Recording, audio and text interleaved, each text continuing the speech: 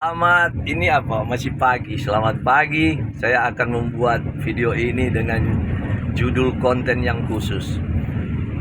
Ini sambil bekerja bikin konten. Oke. Para pendeta jangan menikah saat dipanggil oleh Allah karena akan mengalami kesusahan badani menurut Rasul Paulus. Di dalam 1 Korintus 7 ayat 17, Paulus memberikan satu ilustrasi tentang sunat.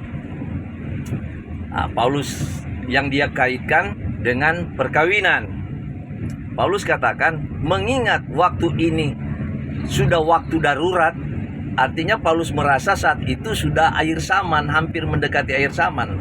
Jadi Paulus mengatakan, baiklah seseorang tinggal di dalam keadaannya pada waktu dipanggil Allah. Jadi Paulus kaitkan ini ilustrasi sunat dengan perkawinan. Begini Paulus katakan, jika seseorang dipanggil dalam keadaan tidak bersunat, dipanggil Allah dalam keadaan tidak bersunat, janganlah dia mau menyunatkan diri. Kemudian Paulus katakan sebaliknya, jika seseorang dipanggil dalam keadaan bersunat, dia jangan meninggalkan tanda-tanda sunatnya. Kita akan uji apakah benar hal ini, ajaran Paulus ini. Paulus kaitkan dengan perkawinan. Begini katanya, mengingat waktu sudah darurat saat ini, di zaman Paulus, mereka yang dipanggil Allah dalam keadaan belum kawin, janganlah mau kawin. Tetapi mereka yang dipanggil oleh Allah dalam keadaan dia sudah kawin, janganlah dia mengupayakan perceraian. Jadi Paulus mengambil kesimpulan adalah lebih baik. Perhatikan, adalah lebih baik. Anda bisa baca dalam pasal itu. Adalah lebih baik jika seseorang jangan menikah waktu dia dipanggil oleh Allah, kalau dia belum menikah. Tetapi Paulus memberikan satu kelonggaran, apabila dia tidak tahan kemauannya, ya lebih baik dia menikah. Tetapi dia akan mengalami kesusahan badani menurut Paulus. Nah, saya melihat ajaran Paulus ini sangat mengancam, bahkan sangat berbahaya di dalam kekristenan yang harus kita tolak. Karena begini, andaikan saudara pikir di zaman Rasul Paulus itu ajaran Paulus ini diterapkan, berarti populasi Kristen itu sudah musnah saat ini. Sudah tidak ada lagi populasi kekristenan, karena Paulus ternyata melarang sebaiknya seseorang jangan menikah saat dipanggil Allah. Berarti para calon-calon pendeta yang sedang mengikuti sekolah teologi, artinya mereka dipanggil oleh Allah saat itu. Maka setelah tamat kependetaan, jangan menikah. Karena menurut Paulus, Anda akan ditimpa kesusahan badani.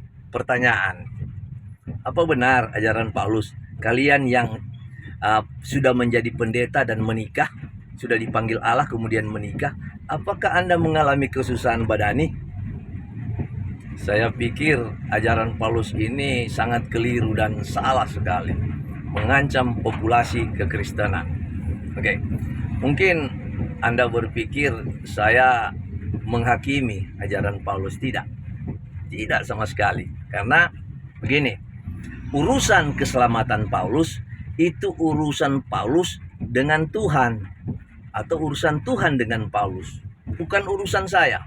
Urusan saya adalah menguji, urusan saya dan Anda menguji ajaran Paulus ini benar atau salah. Karena di dalam 1 Tesalonika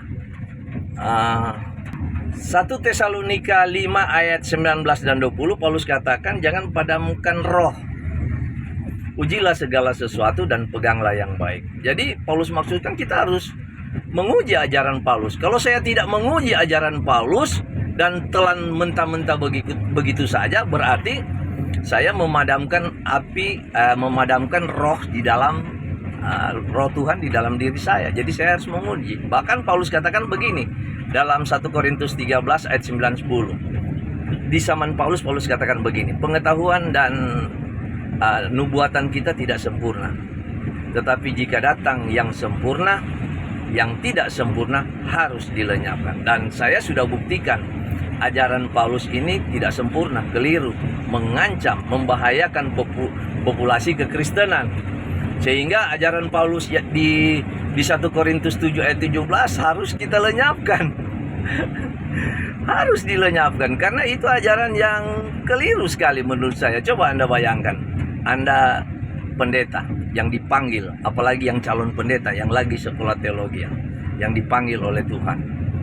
Katanya tidak boleh menikah kamu. Kalau kamu mau menikah ya silakan, terserah, tapi akan mengalami kesusahan badani.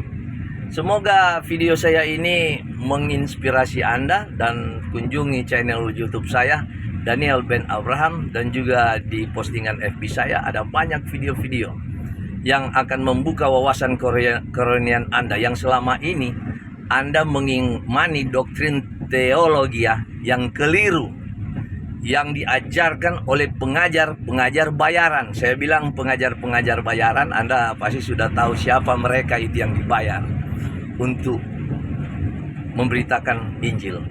Oke? Semoga video ini terinspirasi. Salam.